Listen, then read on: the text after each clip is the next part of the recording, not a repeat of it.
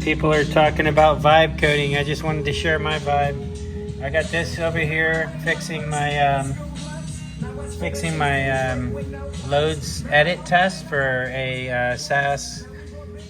At the same time, this is creating a test in a this is an auto insurance application, and we're basically setting up a Docker flow there.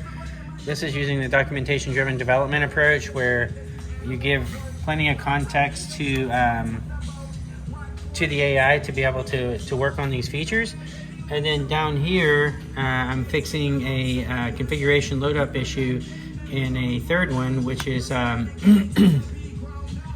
what is this one? This is for a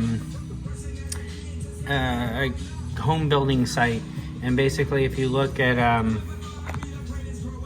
over here, this is my first time working in this front-end code base, and what I did is I got it to start out by documenting the requirements of this feature I want to work on, and I created the documentation from the Slack conversation from the developer who wanted me to work on this, and so it's coming back and it's refactoring the code based on the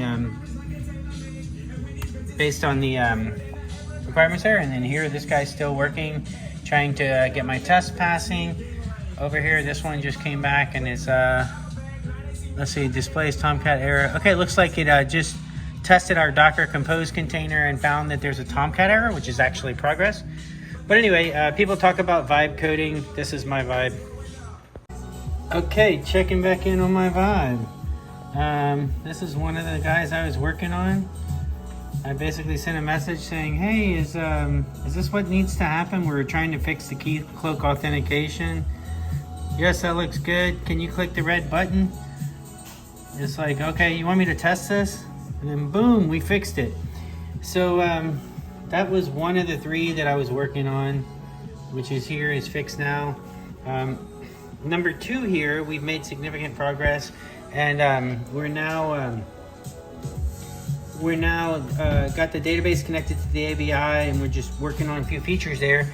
And then number three, it's making progress, but this one's been a pain for a while, but we're getting closer to getting this test to pass, which if the test pass, it's already like, if you run it in Playwright, it will actually edit a load, and you can see that it works.